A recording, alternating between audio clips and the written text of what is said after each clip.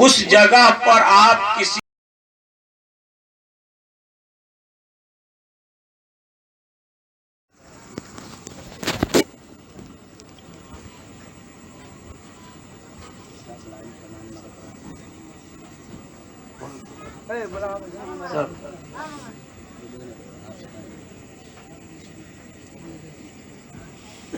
हर नाम की क्या जरूरत है। नियत असल है। इन्नमल अमालु बिन्नियात, अमल का दारो मदार नियत के ऊपर है। नियत सही है तो दिखावे की क्या जरूरत है। बारी तो वो मदरसे वगैरह में बतवा दीजिएगा, बच्चों तक किताब पहुँच जाएगी, बच्चे से पढ़ेंगे तो इस्तेफादा होगा। ये लोग ले जाकर अलमारी में रखते, कोई फायदा नहीं।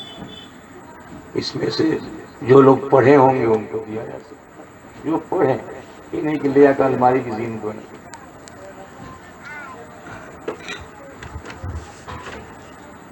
मुर्दे को तख्ते या चौकी पर लेटाकर उसको नहलाने वाली जो लुंगी है उससे नाप से लेकर के कदम तक पैर तक छुपा दीजिए, उसके बदन के कपड़े को हटा दीजिए। जो नहलाने वाला कपड़ा है उस कपड़े को जरा मोटा खरीदिए और रंगीन खरीदिए। सादा आप खरीदते हैं और उससे नहलाने जाते हैं, जैसे पानी पड़ता है उसका सारा पार्ट्स दिखाई देने लगता है। इसलिए सफेद नहीं, रंगीन कपड़ा और मोटा कपड़ा इस्तेमाल कीजिए ताकि बदन पर, ताकि पानी पड़ने के बाद भी उसके आज़ा दिखाई नहीं दे, उसके जो पोशीदा पार्ट्स हैं वो दिखाई दे। रंगीन कपड़ा और मोटा कपड़ा इस्तेमाल। नहलाने में सबसे पहला काम, कहा जो नहलाएगा वो अपने हाथ में दास्ताना बांधेगा, जो कपड़ा सिला जाता है उसमें बनाया जाता है। हाथ में दास्ताना बांध ले, एक लोटे से एक हाथ से पानी गिराए और एक हाथ उस मुर्दे के शर्मगाह पर पोशीदा पार्ट्स के पास जाकर इस्तिंजा कराए। इस्तिंजा कहते हैं धुलने को। आप सोचते हैं कि इस्तिंजा का माना होता है पेशाब करने, इस्तिंजा कहते हैं धुलने को, साफ करने। पेशाब करने के बाद जो पानी का इस्तेमाल किया जाता है धुलने के लिए, उसे इस्तिंजा कहा जाता है। तो आप एक हाथ से साफ कीजिए और एक हाथ से पानी डालिए, यानी इस्तिंजा करा दीजिए मुर्दे। अब इस्तिंजे के बाद मुर्दे को वजू कराना है।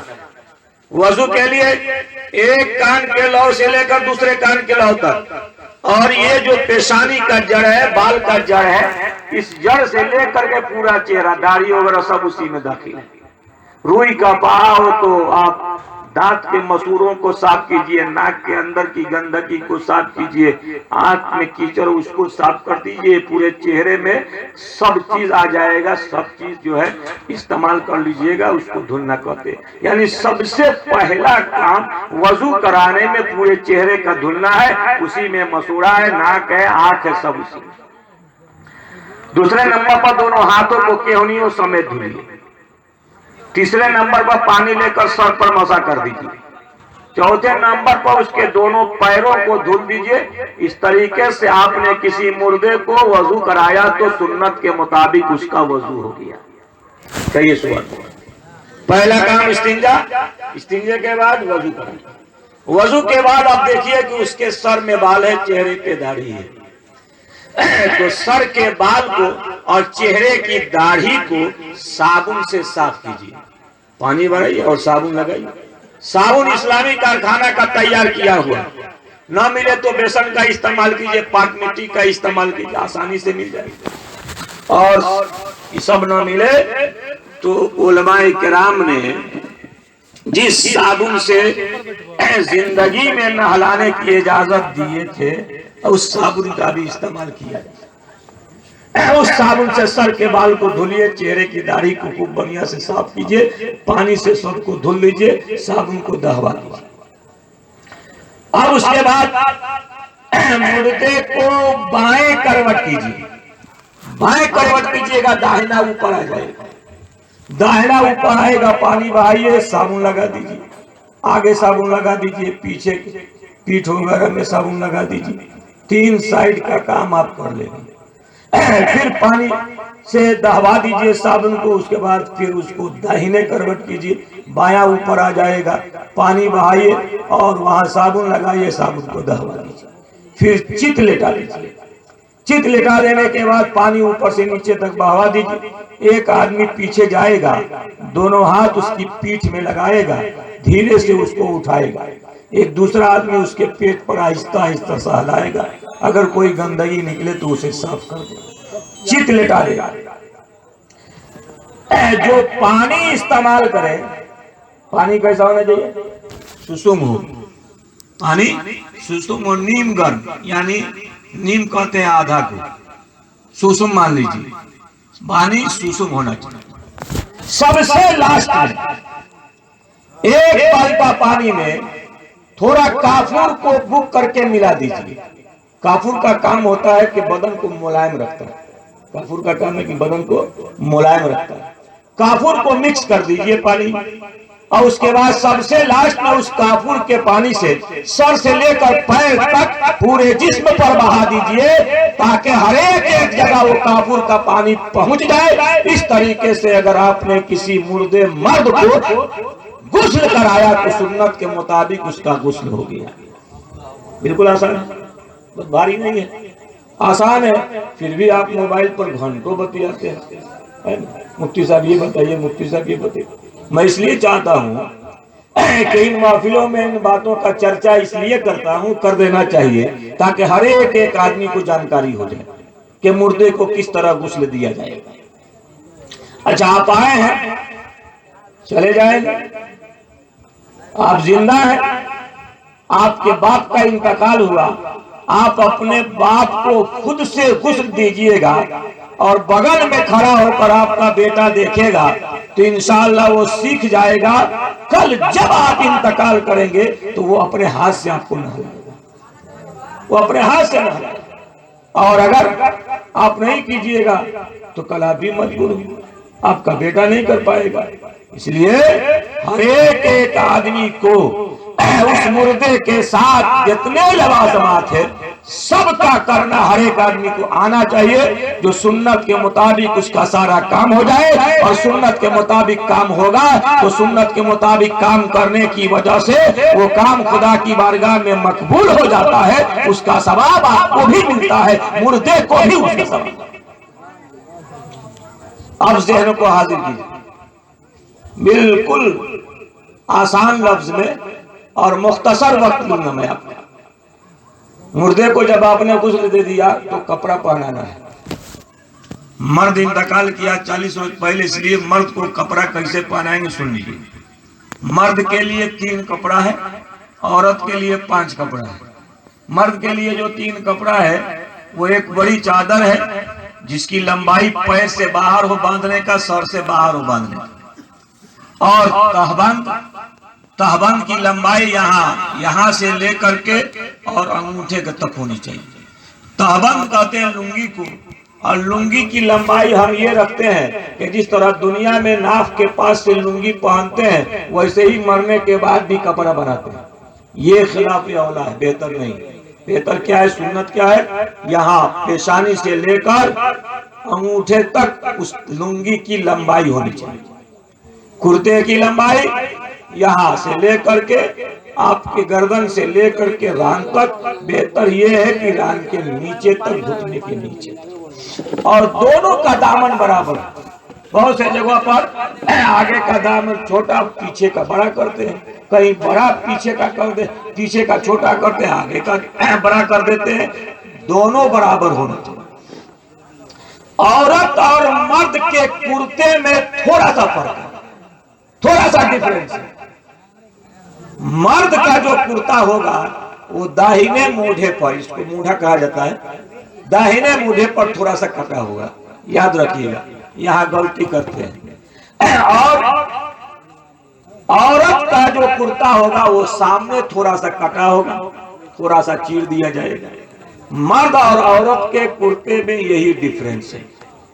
समझ रहे ना? औरत का सामने कटा रहेगा, मर्द का दाहिने मुंडे पर कटा रहेगा। लोग इसका उल्टा कर देते हैं, इसलिए मैं इसको 2-3 मरतबा बता दे रहा। मर्द का सामने यहाँ दाहिने मुंडे पर और औरत का सामने ये कटा रहेगा। मर्द और औरत के कुर्ते में यही डिफरेंस है। इसके अलावा 3 ये है, तो मर्दों के लिए ये 3, औरत के लिए भी ये 3 है। इसके अलावा 2 औरत में इजाफा है। क्या है? एक दुपट्टा है, सीना बंद। दुपट्टे की लंबाई आधी पुष्ट से लेकर ऊपर के तरफ नकाब की तरफ लाकर ओढ़ा दिया जाए तो उसके बराबर हो जाए, ये उसकी लंबाई। चौड़ाई एक कान के लौ से लेकर दूसरे कान की लौ, ये उसकी चौड़ाई होनी चाहिए। 12 से 15 इंच मान लीजिए, यहां से यहां नापिएगा तो 12 से 15 इंच हो। लोग 1 फुट, 1.5 फुट और 2-2 फुट रखते हैं। यानी उसका जो अर्ज होता है अगर 1 मीटर का तो 1 मीटर रखते हैं। उसको फाड़िए, काटिए और उसकी चौड़ाई, दुपट्टे की चौड़ाई एक कान की लौ से लेकर इस कान के लौ तक, ये 12 इंच की होगा। नापिएगा 12, 13, 14 जो भी हो उसी तरह बनाइए। सीना बंद उसके सीना से लेकर के रान तक आ जाए, रान तक पूरा रान ढक जाए, यहां से लेकर ये सीना तक, ये सीना बंद हो गया। ये 5 औरत के लिए और मर्द के लिए 3 कपड़े। बिल्कुल चंद मिनट में कपड़ा पहनाने का तरीका सीख लीजिए। किसी मुर्दे को जिस तख्ते या चौकी पर कपड़ा पहनाना चाहते हैं उस चौकी का भी पाक होना जरूरी है। अब कपड़ा ला करके उस चौकी पर रखिए और फिर लोबान की धुनी उठाइए और उसका धुआं देखा दीजिए, 1 मरतबा या 3 मरतबा या 5 मरतबा। अब उसके बाद आप बिछाइए, सबसे नीचे जो कमर के पास जिस डोरी से बांधते हैं वो रख दीजिए। उसके बाद बड़ी चादर बिछा दीजिए और उसके बाद तहबन यानी लुंगी बिछा दीजिए और उसके बाद कुर्ता का नीचे वाला हिस्सा बिछाइए, ऊपर वाला हिस्सा लपेट कर सर के जानिब रख दीजिए। मुर्दे को लाकर उस पर लेटा दीजिए, कुर्ता पहना दीजिए, हाथ लगाना है लगाइए, जो करना है कर दीजिए। उसके बाद आप तहबन यानी लुंगी को लपेटिए, पहले बाएं तरफ से, फिर दाहिने तरफ से, फिर बड़ी चादर को लपेटिए बाएं तरफ से, फिर दाहिने तरफ से, कमर के पास बांधिए, सर के बाहर बांध दीजिए, पैर के बाहर बांध दीजिए। इस तरीके से अगर आपने किसी मुर्दे को कपड़ा पहनाया तो सुन्नत के मुताबिक कपड़ा पहनाना। समझ में आ गया ना? कैसे नहलाएंगे और कैसे कपड़ा पहनेंगे। अब आइए लगे हाथ बता दें कि ले चलने का तरीका क्या होना चाहिए, कैसे उसको लेकर के चलेगा। आदमी चाहता है अगर कंधा लगाना चाहता है किसी मुर्दे को तो जाकर फौरन अपने गर्दन को लगा देता है, ये बेहतर नहीं। फुकाहा ने फरमाया कि अगर तुम कंधा लगाना चाहो तो जाकर उसके पाए को पकड़ो, ऐसे दोनों हाथ से पकड़ कर धीरे से अपने गर्दन पर रखो, धीरे से रखो, ऐसे नहीं लगाना है, पकड़ो और धीरे से रखो। और रखने के बाद चलो 10 कदम, कई कदम? 10 कदम। आका ने फरमाया कि हर एक पायों को कंधा लगाकर 10 कदम चलो, चारों पायों को कंधा लगाओगे तो 40 कदम हो जाएगा। सुन्नत चारों पायों को कंधा लगाकर 40 कदम चलना है। मुकम्मल सुन्नत ये है कि सरकार फरमाते हैं सबसे पहले चले जाओ सर के जानिब दाहिने साइड में, वहां कंधा लगाओ 10 कदम चलो, फिर पैर के जानिब आ जाओ दाहिने साइड में, वहां कंधा लगाओ 10 कदम चलो, फिर सर के जानिब जाओ बाएं साइड में, वहां कंधा लगाओ 10 कदम चलो, फिर पैर के जानिब आ जाओ बाएं साइड में, वहां कंधा लगाओ 10 कदम चलो। कितने कदम हो गए? 40 कदम। अब हदीस पाक सुनिए, आका सल्लल्लाहु अलैहि वसल्लम ने फरमाया जो किसी मुर्दे को इस तरह से कंधा लगाकर 40 कदम चलता है उसके 40 गुनाहे कबीरा को अल्लाह माफ फरमा देता है, सुबह माफ फरमा देता। ठीक एक और हदीस पाक उसी के नीचे है, आका फरमाते हैं कि जो किसी मुर्दे को कंधा लगाकर 40 कदम चलता है हतमी उसकी मगफिरत कर दी। किसकी मगफिरत होती है? जो कंधा लगाता है, जो कंधा लगाता है, जो जिंदा है उनकी मगफिरत हो जाती है। और एक मगफिरत शुदा इंसान जब किसी मुर्दे को कंधा लगाता है तो उसकी वजह से उस मुर्दे की भी मगफिरत हो जाती है। कैसे होती है, जरा गौर कीजिए। आप जाते हैं और जनाजे में जनाजा सामने रखकर सब लोग खड़े होते हैं और दुआ जनाजा पढ़ते हैं, उसमें दुआएं मय्यत पढ़ते हैं, अल्लाहुम्मा अग़फ़िर लिहय्यिना व मय्यितना। आप वहां गए हैं उस मुर्दे की बख्शिश की दुआ करने के लिए, जो मुर्दा है उसकी बख्शिश के लिए दुआ करने के लिए, मगर आप दुआ क्या कर रहे हैं, अल्लाहुम्मा अग़फ़िर लिहय्यिना, ए अल्लाह हमको बख्श दे, हम जिंदों को बख्श दे। आप गए हैं मय्यत की दुआ बख्शिश की दुआ करने के लिए और आप दुआ करते हैं मौला पहले हमको बख्श दे, अल्लाहुम्मा अग़फ़िर लिहय्यिना, ए मौला पहले हमको बख्श दे, व मय्यितना, और उसके बाद इस मुर्दे को बख्श दे। कितने होशियार हैं इंसान, पहले अपनी मग़फ़िरत की दुआ करता है, तब उसके बाद मुर्दे की बख्शिश के लिए दुआ करता है। गया है मुर्दे की बख्शिश के लिए, फलसफा इसमें है। ये दुआ आपके तरफ से तो है नहीं, अल्लाह ने सिखाया, अल्लाह तबारक व तआला ने आपको पढ़ने के लिए कहा, तो फलसफा क्या है? कहा फलसफा ये है कि जितने गुनहगार लोग होंगे, 100, 200, 500, 1000, लाख जितने लोग होंगे, जब वो अपनी मग़फ़िरत के लिए दुआएं करेंगे तो जम्मे गफीर की वजह से अल्लाह तबारक व तआला उन तमाम जिंदों की बख्शिश फरमा देगा, उसके गुनाहों को माफ फरमा। और जब बख्शाया इंसान जिसके जिम्मे कोई गुनाह नहीं, वो जब दुआ करेगा मुर्दे के लिए तो अल्लाह तबारक व तआला उस मुर्दे की भी बख्शिश फरमा।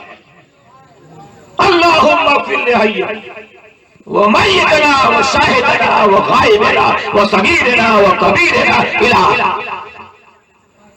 पहले हम जिंदों को बख्श दे, जिंदों को बख्श दे। इसमें फलसफा कितना बड़ा है। हजरत मूसा अलैहिस्सलाम का जमाना, सुनिएगा, खाना तो आइए, प्रोग्राम ही लेट से शुरू हुआ, सब लोग तो बेचारे कम कम बोले, और हमारा तो टाइम फिक्स है, जानते हैं आप लोग, 1 घंटा, तो फिर घबराने की जरूरत क्या है? मालूम है ना, टाइम फिक्स है ना मेरा, सब लोग जानते हैं, इसलिए घबराने की जरूरत नहीं। इसलिए सुनिए, हजरत मूसा अलैहिस्सलाम का जमाना, कहत साली आ गई। कहत साली का मतलब बारिश नहीं हो रही है, जिसकी वजह से गल्ला नहीं उपज रहा, सारे लोग जमा हुए। कहा मूसा अलैहिस्सलाम आप दुआ फरमा दीजिए कि बारिश हो जाए, आप दुआ कर दीजिए कि बारिश हो जाए। हज़रत मूसा अलैहिस्सलाम ने दुआ फरमाई, बारिश नहीं। पैगंबर की दुआ नहीं कबूल हो रही, नबी की दुआ कबूल नहीं हो रही। फिर दूसरे रोज हाजिर हुए, आपने फिर दुआ मांगी, नहीं कबूल। फिर तीसरे रोज हाजिर हुए, कहां पर अल्लाह के नबी है, आप दुआ फरमाइए।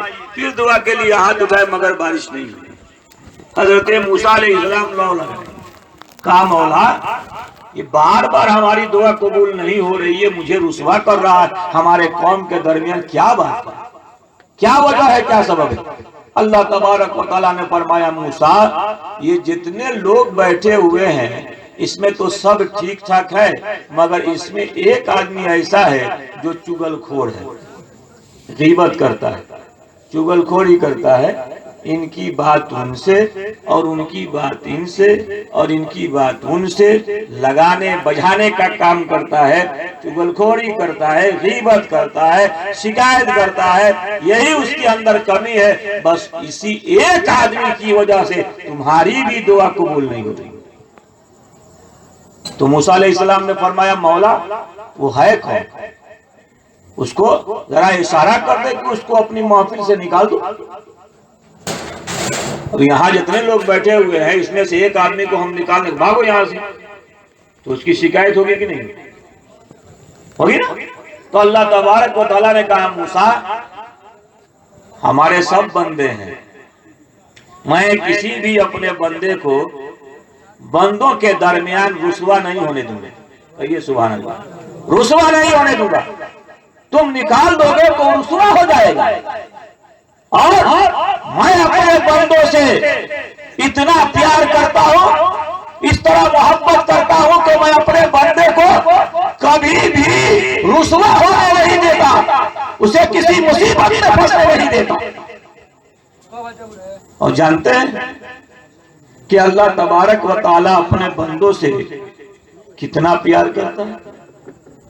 बताते हैं, हदीसे पाक है, आका ने फरमाया, माँ जितनी मोहब्बत अपने औलाद से करती है उससे 70 गुना ज्यादा अल्लाह अपने बंदों से प्यार करता है। कोई भी माँ अपने किसी भी बेटे को मुसीबत में पड़ना पसंद नहीं करेगी, तो जब माँ अपने बेटे को मुसीबत में पड़ना पसंद नहीं करेगी, खुदा कब चाहेगा कि मेरा बंदा मुसीबत में फंस जाए। अगर तुम मुसीबत में फंसते हो तो रसूल पाक की हदीस से पाक है कि तुम्हारी हाथ की कमाई है जिसकी वजह से तुम मुसीबत में, ये तुम्हारे हाथ की कमाई, तुम्हारा कारनामा है, तुम्हारा करतूत है, तुम्हारा वक्त है जिसकी वजह से तुम मुसीबत में फंसते हो। तुम अपने ही कारनामे की वजह से मुसीबत में फंसते हो। यहां से मौलाना साहब लोग आए मोटरसाइकिल से, है ना, तो कानून है कि रोड पर चलिए तो अपने बाएं साइड में चलिए, और मौलाना साहब लोग दाहिने साइड से चलेंगे तो पीछे से कोई आकर ठोक देगा कि नहीं। हजरत, तो मुसीबत में आप पड़े हैं तो गलती आपने नहीं किया है। अब इसको कहिए कि अल्लाह मुसीबत में फंसा, ये आपकी वजह से। तो जो रास्ता और कानून मज़हब इस्लाम ने बनाया, मेरे नबी ने दिया, उस रास्ते और कानून पर चलिएगा तो इंशाअल्लाह कभी भी मुसीबत में नहीं फंसिएगा। इसलिए जो कानून इस्लाम है उस कानून इस्लाम की जानकारी लीजिए। शरीयत मुताहरा के जितने कवानीन हैं उन तमाम कवानीन की जानकारी लीजिए ताकि आपको सही तरीके पर चलना आ जाए। जब सही तरीके पर आपका काम करना, आपका उठना बैठना, जगना, खाना पीना, रहना सोना बैठना, वर्क करना, मजदूरी करना, काम करना, सब शरीयत के मुताबिक हो जाएगा तो इंशाअल्लाह कल भी आप कामयाब थे, आज भी कामयाब है। अब आइए लगे हाथ, आपने दुआ मांगी, जनाजा पढ़ लिया, अब आप ले गए सैकड़ों टन मिट्टी के नीचे आप दफन करने जा रहे हैं, यानी आप उसे कब्र में उतार देते हैं। बांस लगाते हैं, पटरा लगाते हैं, जो लगाते हैं लगाई, उसके बाद आप मिट्टी देते हैं। मिट्टी देने के वक्त आपको दुआ पढ़नी चाहिए। तो 100 में 90% लोगों को दुआ याद ही नहीं, और मुआन साहब लोग बताते हैं तो आप लोग गौर से सुनते भी नहीं। आप पहली दफा मिट्टी उठाइए, पढ़िए मिन्हा खलकनाकुम। क्या पढ़ना है? मिन्हा खलकनाकुम व फीहा नुईदुकुम व मिन्हा नुखरिजुकुम तारतन उखरा। मिन्हा खलकनाकुम व फीहा नुईदुकुम व मिन्हा नुखरिजुकुम तारतन उखरा। आप ये पढ़िए, और मिट्टी देने के बाद लोग फातिहा पढ़ते हैं। फातिहा पढ़ने के बाद अजान दी जाती है, और अजान देने के बाद सब लोग चले जाते हैं। मगर उसके बाद भी आपका एक वर्क है, एक काम है, मुर्दे को तलकीन करना। मुर्दे को तलकीन करना। अच्छा, एक सवाल है, सवाल बड़ा अच्छा है, कितनी देर तक उस कब्र के पास रहना अफजल है? अच्छा है, बेहतर, वाजिब फर्ज नहीं, बेहतर। कितनी देर तक? तो फुकाहा फरमाते हैं कि एक आदमी एक ऊंट को खरीदने के बाद ज़बह करे, ज़बह करने के बाद उसके पोस्ट को, खाल को अलग करे, गोश्त को बूटी बूटी बनाए, और बूटी बूटी बनाए हुए गोश्त को गरीब और फुकरा में तकसीम कर दे। इतना काम करने में कितना समय लग जाएगा? एक 20 किलो का बकरा बनाने में 1.5 घंटा लगता है, और 1.5 कुंटल का ऊंट बनाने में तो 10-15 घंटा लग जाएगा। 10 घंटा लग जाएगा। तो मैं ये नहीं कहता कि आप 10 घंटा अपने बाप की कब्र पर बैठे रहे।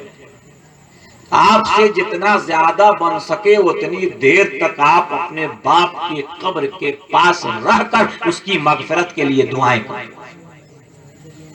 फुकाहा फरमाते हैं कि जितना समय इन कामों में लगता है एक ऊंट को खरीदे, जबा करे, गोश्त खाल को अलग करे, गोश्त को बूटी बूटी बनाए और बनाए हुए गोश्त को गरीब फुकरा में तकसीम कर दे। इतना काम करने में जितना वक्त लगता है उतनी देर तक उस कब्र के पास रहना बेहतर है, मुनासिब है, अफजल है। अब अगर कोई फातिहा पढ़ने का तो भागो भागो यहाँ से भागो, नहीं हटोगे तो मुनकर नकीर नहीं आएंगे, गलत। आप रहोगे तभी आ जाएंगे, नहीं रहोगे तभी आ जाएंगे, वक्त होगा मुनकर नकीर आ जाएंगे। तलकीन कीजिए मुर्दे को जरूर, सिरहाने मुर्दे के कब्र के सिरहाने खड़े हो जाइए या बैठ जाइए और तलकीन कीजिए मुर्दे को। उसका नाम लीजिए और उसके बाप का नाम लीजिए, उसका नाम और उसके बाप का नाम। मान लीजिए उसका नाम जैद है और उसके बाप का नाम बकर है, तो आप कहिए या जैद इब्ने बकर, या जैद इब्ने बकर, या जैद इब्ने बकर। जाने वाला इंसान कलामुद्दीन था और उसके बाप का नाम समझिए कि बकर है, तो आप कहिए या कलामुद्दीन इब्ने बकर, उसका बाप का नाम लीजिए, या कलामुद्दीन इब्ने बकर, या कलामुद्दीन इब्ने बकर। उसके बाद पढ़िए कुल ला इलाहा इल्लल्लाह, कुल ला इलाहा इल्लल्लाह, कुल ला इलाहा इल्लल्लाह। उसके बाद पढ़िए कुल रब्बी अल्लाह व दीनी अल इस्लाम व या नबी मोहम्मद सल्लल्लाहु अलैहि वसल्लम। ये पढ़िए, इसको कहते हैं तलकीन। तो फुकाहा फरमाते हैं कि जब आप पुकारिएगा पहली दफा या कलामुद्दीन इब्ने फला, तो मुर्दा सुनेगा। दूसरी मर्तबा जब कहेंगे तो उठकर बैठ जाएगा। तीसरी मर्तबा जब आप पुकारेंगे तो आपकी तरफ मुखातिब होगा और बोलेगा, बोलो मेरे मोहसिन क्या बात है, क्या कह रहे हो। फुकाहा फरमाते हैं कि वो बोलेगा मगर उसकी आवाज आप नहीं सुन पाओगे। इंसान के अलावा जितनी मखलूकात है मुर्दे की आवाज सुनते हैं मगर इंसान नहीं सुनता, और वह मुर्दा आपकी आवाज को सुनता है। हद तो यह है कि आपके जूते की आहट की आवाज जो होती है उसको भी मुर्दा सुनता है। सलाम करते हैं तो जवाब भी देता है। इससे फायदा क्या होगा, चंद मिनट में हो सकता है कि मुनकर नकीर तशरीफ ले आए, सवाल कर दे, मैं रब को तेरा रब कौन है। उसी हालत में आप ऊपर से बोल रहे हैं, कुल बोल दो रब्बी अल्लाह, मेरा रब अल्लाह। दूसरा सवाल हो जाए तेरा दीन क्या है, तो आप ऊपर से बता रहे हैं कि बोल दो मेरा दीन इस्लाम, बोल देगा मेरा दीन इस्लाम। और फिर तीसरा सवाल होगा इनके बारे में क्या कहते थे, तो आप ऊपर से बता रहे हैं बोलो बोलो ये तो हमारे आका जनाबे मोहम्मद रसूलुल्लाह। तलकीन करने से मुर्दे को फायदा लग नहीं। मुर्दा को जब तलकीन कीजिएगा, मुनकर नकीर सवाल करेंगे, उस पर आप तलकीन कर रहे हैं, उसी हालत में सवाल हो गया तो सवाल का जवाब देने में आसानी हो जाए। तलकीन कीजिए। एक मसला और, बहुत सारे लोग जनाजे की नमाज पढ़ने के बाद भाग जाते हैं और बहुत सारे लोग मिट्टी दे के जाते हैं, बहुत सारे लोग फातिहा वगैरह पढ़ कर जाते हैं। तो फातिहा पढ़ के जाते हैं बेहतर है, नहीं फातिहा पढ़ के जाइएगा तो कोई गुनाह नहीं, फातिहा नहीं पढ़िएगा तो कोई गुनाह नहीं। मिट्टी देने के बाद आप जा सकते हैं, इसलिए कि असल काम सुपुर्दे खाक, दुआ के बाद सुपुर्दे खाक। जनाजा पढ़ करके आप चले जाइएगा, सब लोग चले जाएंगे तो मुर्दे को कौन दफन करेगा। इसलिए फुकाहा ने फरमाया कि सुपुर्दे खाक करना ये जिंदों की जिम्मेदारी है। तो जनाजा पढ़ने के बाद अगर आपको जरूरत है, जाना चाहते हैं, तो आप औलियाए मय्यत से इजाजत ले लें, यानी जो उसके वारिसीन है उससे आप इजाजत ले लें। वो इजाजत दे दे तो आप जनाजे के बाद जा सकते हैं, मगर मिट्टी देने के बाद इजाजत लेने की जरूरत नहीं, पूछने की जरूरत नहीं, इसलिए कि जो असल मकसद था सुपुर्दे खाक करना वो काम हो गया। अब उसके बाद उसकी जरूरत नहीं। अब उसके बाद 10वां कीजिए, 20वां कीजिए, 40वां कीजिए, सालाना कीजिए, खूब कीजिएगा 2 साल, उसके बाद तो भूल ही जाइएगा। खूब मोहब्बत कीजिएगा। अगर कोई बेटा बाप से तो 5 साल तक करेगा 40वां सालाना, उसके बाद तो फिर कौन याद करता है, कौन याद करेगा। मगर आपका रब आपको नहीं छोड़ेगा। सुभान अल्लाह। आपका खुदा, आपका मालिक, आपका रब आपको ऐसे नहीं छोड़ेगा। सुबह क़यामत तक आपकी मग़फ़िरत के लिए दुआएं करवाता है। सुभान अल्लाह। एक जगह है वहां साइड में हम गए हुए थे फातिहा पढ़ने के लिए, तो तकरीरें हो रही थी। एक आदमी ने कहा चलिए फातिहा कर दीजिए नीचे। आप लोग भी गए थे फातिहा करने के लिए, किए होंगे। बुला के ले गए, कहा फातिहा कर दी। देखे पानी है, उसके बाद देखे कि उसमें सामान गोश्त वगैरह क्या क्या सब। उसमें ये भी मैंने देखा कि उसमें जो है गुटखा 5 गो रखा हुआ, 5 गो गुटखा था, खैनी है। भाई ये क्या है, ये गुटखा और पान पारा खैनी। मैंने पूछा तो कहा कि मेरे अब्बा खूब खाते थे गुटखा, इसलिए मैंने रख दिया, ये भी फातिहा कर दिया। मैं तौबा तौबा, क्या क्या फातिहा कराओगे भाई, ये खैनी फातिहा करने, ये गुटखा, ये पान पारा, ये फातिहा के समान है। अब अगर कोई कहे कि हमारे बाप खूब तारी पीते थे तो थोड़ा उसको भी कर दीजिए, ये कोई दुख है। सबसे बेहतर फातिहा का समान जो घर तैयार कीजिए, जरदवाई। और सबसे आसान तो तरीका यह है कि 5 गो रोटी बना लीजिए, चीनी ले आइए और उसको तोड़ करके उसमें मिला करके मलीदा बना दीजिए। इससे पाक साफ क्या, सबसे बेहतरीन, आसान भी है, कम खर्चा भी। अगर कुछ ना मिले तो आप चने का 5 गो दाना रखकर पानी रखकर फातिहा कर दीजिए।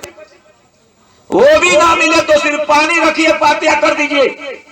कुछ ना मिले तो आप सूरह फातिहा पढ़िए, मुर्दे के नाम बख्श दीजिए, इंशाअल्लाह उसका सवाब पहुंचे, जरूर पहुंचे। ये गुटखा, ये खैनी, तो तमाकू, कुछ दिन के बाद लोग शराब और तारी लाएगा कि पीते थे, इसको भी कीजिए।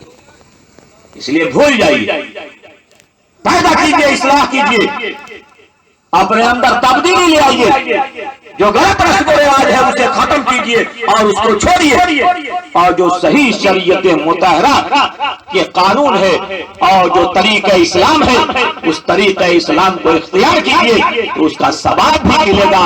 काम करने की वजह से अल्लाह की मग़फ़िरत भी। एक बात, उसके बाद सलातो सलाम। मैंने एक बात उठाई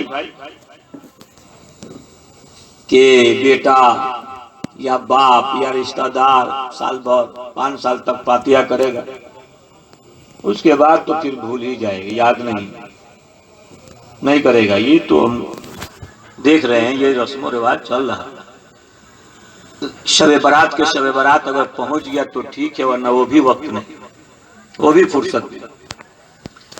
मगर अल्लाह तबारक व तआला अपने बंदों से इतना प्यार करता है कि आला हजरत फाजिल बरेलवी अलैहि रहमत व रिज़वान से पूछा गया कि ये जो आपके गर्दन पर फरिश्ते रखकर आपकी अच्छाई और बुराई लिखते हैं, जब इंसान इंतकाल कर जाता है तो अब तो वो कुछ करेगा नहीं, तो ये लोग लिखेंगे क्या? तो इनका तो काम खत्म हो गया, ये अब कहाँ रहते हैं, इनका काम क्या होता है, कहाँ चले जाते हैं? तो आला हजरत ने उसका जवाब दिया कि यह फरिश्ते खुदा की बारगाह में जाते हैं और जाने के बाद खुदा से फरमाते हैं, मौला हमारा तो काम खत्म हो गया, वो आदमी मर गया ना, वो कोई काम कर सकता है, करता था तो हम लोग लिखते थे, अब तो कुछ करेगा नहीं, उससे किसी काम का सुदूर नहीं होगा, तो लिखेंगे क्या, करेंगे क्या? हम लोग आसमान में कहीं जगह दे दे, हम सुबह क़यामत तक हम लोग रहे हैं। अल्लाह फरमाएगा नहीं, यहाँ नहीं, जाओ। कहाँ जाए? मौला जमीन में भी कहीं जगह दे, आवाज नहीं, तू ही बता दे क्या करे, कहाँ जाए? अल्लाह तबारक व तआला इरशाद फरमाता है, फरिश्तों तुम्हारा काम खत्म नहीं हुआ है, तुम्हारी ड्यूटी खत्म नहीं हुई है, काम बदल दिया गया है, ड्यूटी चेंज हो गई है। पहले तुम लोग लिखने का काम करते थे, अब पढ़ने का काम करो। पढ़ो। मौला क्या पढ़े, क्या करे, कहाँ पढ़े, किस जगह पढ़े? तो अल्लाह तबारक व तआला इरशाद फरमाता है, फरिश्तों चले जाओ, जिसके गर्दन पर तुम लोग रहकर उसकी अच्छाई बुराई लिखते थे, देखो हमारे बंदों ने उसे मरने के बाद किस कब्रिस्तान में दफनाया। चले जाओ उस कब्रिस्तान में और देखो किस कब्र के अंदर दफनाया गया है। जिस कब्र के अंदर दफनाया गया है उस कब्र के पास आकर के खड़े हो जाओ और 1, 2, 3 दिन नहीं, 1 साल 5 साल नहीं, सुबह क़यामत तक उसकी मग़फ़िरत के लिए दुआएं करें। सुबह क़यामत बेटा 5 साल करेगा भूल जाएगा, मगर अल्लाह के जो फरिश्ते हैं वो 1-2 दिन नहीं, 1-2 साल नहीं, इस वक्त से लेकर के सुबह क़यामत तक वो उस मुर्दे की मग़फ़िरत की दुआएं। बहुत से लोग कहते हैं कि सबके लिए फरिश्ते हैं, तो जो साहिबे ईमान होगा तो उसकी मग़फ़िरत की दुआ करेंगे, आज जो साहिबे ईमान नहीं होगा तो ये तो बात बिल्कुल आया है कि इसका उल्टा होगा, उस पर लानत करेंगे। ये कोई पूछने का सवाल, लानत करेंगे उसके लिए। जो ईमान नहीं ले आए, खात्मा बिल खैर नहीं हुआ, उसके लिए वो क्यों मग़फ़िरत की दुआएं करें? मग़फ़िरत की दुआएं सिर्फ ईमान वालों के लिए। इंशाअल्लाह तबारक व तआला अभी तो मेरा वक्त है ही है, अभी तो 10 ही बजा है ना, वहां से लेकिन खत्म किया जाए, है ना। इंशाअल्लाह तबारक व तआला फिर मौका मिलेगा। तो बहुत सारी बातें हैं, वक्त रहता है तो तफसीली गुफ्तगू होती है, इसमें सारी बातें हैं, है ना। किस तरीके से क्या होगा, क्या करना चाहिए, 10वां में क्या, 20वां में क्या, 40वां में क्या, सालाना में क्या, कैसे क्या, कौन सा काम करेंगे तो बेहतर है, अफजल है, अच्छा है, बढ़िया है, वो सारी बातें मैं बताऊंगा इंशाअल्लाह फिर मौका मिलेगा। खालिक के कायनात की बारगाह में दुआ है कि अल्लाह तबारक व तआला जितनी बातें हमने बताई हैं इस पर हमको भी मौला और ये सीधे साधे मुसलमानों को अमल करने की तौफीक अता फरमा। कही आमीन सुम्मा आमीन। और मरहूम कलामुद्दीन साहब के गुनाहों को मुआफ फरमा, उनकी कब्र में अनवार व रहमत की बारिश अता फरमा। खड़े होकर सलाम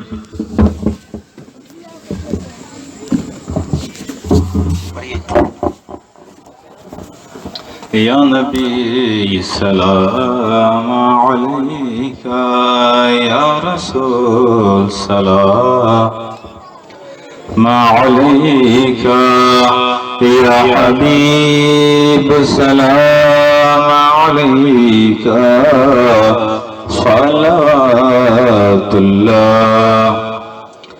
अलैका, हबीबी या रसूलल्लाह,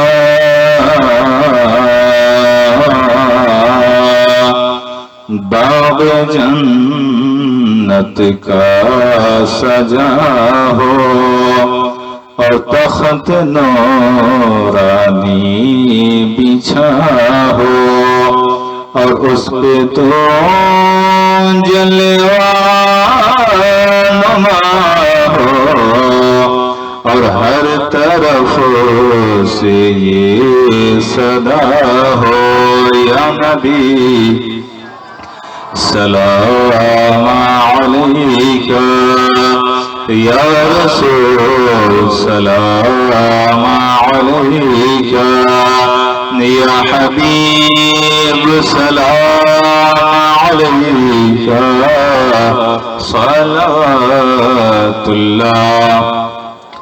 अलैका, सलातु वस्सलाम अलैका या रसूलल्लाह, सलातु वस्सलाम अलैका या नबी अल्लाह, अस्सलातु वस्सलाम अलैका या नूर मिन नूरिल्लाह, अस्सलातु वस्सलाम अलैका या मुहम्मद रसूलुल्लाह अलैहि वसल्लम। अऊज़ु बिल्लाहि मिनश शैतानिर रजीम, बिस्मिल्लाहिर रहमानिर रहीम।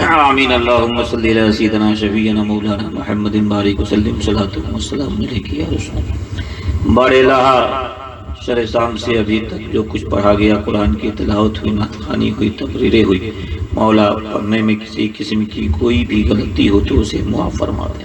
जो सही पढ़ा गया, कुरान की तिलावत की गई, इसके एक एक हुरूफ, एक एक ज़बर ज़ेर पेश का सवाब, सुनने का सवाब, बैठने का सवाब हुजूर सल्लल्लाहु अलैहि वसल्लम की बारगाह मुक़द्दसा में नज़र मौला कबूल फरमा ले। उन्हीं के सदक़े में तमाम अंबिया इकराम, तमाम साहबा इकराम, सिद्दीक़ीन, सादिक़ीन, शुहदा करबला, ताबईन ताबईन तक होते हुजूर गौसे पाक ख्वाजा मुईनुद्दीन चिश्ती, हुजूर आला हज़रत फाज़िल बरेलवी, हुजूर मुफ्ती आज़म हिंद शहदुल शरिया मुजाहिद मिल्लत हाफ़िज़ मिल्लत, सलासिल के औलिया इकराम, क़ादिरिया, चिश्तिया, नक्शबंदिया, सहरवर्दिया के जितने भी औलिया इकराम है, सबके रूह पाक नज़र मौला कबूल फरमा ले। आम मोमिनीन व मोमिना के अरवाह पाक पे इसका सवाब पहुँचा। बिलखुसूस इन तमाम का सवाब हुजूर ताजुश शरिया अलैहि रहमतुर रिज़वान के रूह पाक पर नज़र मौला कबूल फरमा दे। इन तमाम के वसीले से इन तमाम का सवाब मरहूम डॉक्टर कलामुद्दीन साहब के रूह पाक पर नज़र मौला इसका सवाब उनके रूह पाक पर पहुँचा दे। इस महफिल मिलाद पाक के सदक़े, बुजुर्गान दीन के सदक़े उनके तमाम गुनाहों को मुआफ़ फरमा दे। मौला उनकी कब्र में अनवार व रहमत की बारिश अता फरमा दे। जन्नत की खिड़की खोल दे मौला, जन्नत का बिछौना बिछा दे। बारेला अपने हबीब के सदक़े तुफ़ैल उन्हें जन्नत में जन्नतुल फिरदौस अता फरमा। जो लोग हाजिर हैं मौला उनकी हाज़िरी को कबूल कर ले। इनमें जो गुनाहगार हैं इनके गुनाहों की मग़फ़िरत फरमा दे। जो कर्जदार हैं कर्ज से शुक्र अता फरमा। जो बीमार हैं उन्हें शिफाए कुल्ली अता फरमा दे। मौला जो किसी भी परेशानी में मुब्तला है उन्हें परेशानियों से निजात दे दे। रूए ज़मीन के जितने भी मोमिन और मुसलमान हैं सबकी इज्जत, आबरू, दौलत, सरवत, खजाने सबकी हिफाजत अता फरमा दे। जालिमों के जुल्म से बचा मौला, जालिमों के जुल्म से बचा। जालिमों के जुल्म से बचा, जालिमों को ज़ेर फरमा दे, जालिमों को ज़ेर फरमा दे। मसलके आला हजरत को दुनियाए सुन्नियत पे आम फरमा दे। बारे अल्लाह बिलखुसूस उलमा से मसलके आला हजरत का काम दे। हम सभी को मसलके आला हजरत का काम करने की तौफीक अता फरमा। अल्लाहुम्मा मालिकल मुल्के तुतिल मुल्क मन तशा व तंज़िउल मुल्क मिम्मन तशा व तुइज़्ज़ु मन तशा व तुज़िल्लु मन तशा बियदिकल खैर इन्नका अला कुल्लि शैइन कदीर।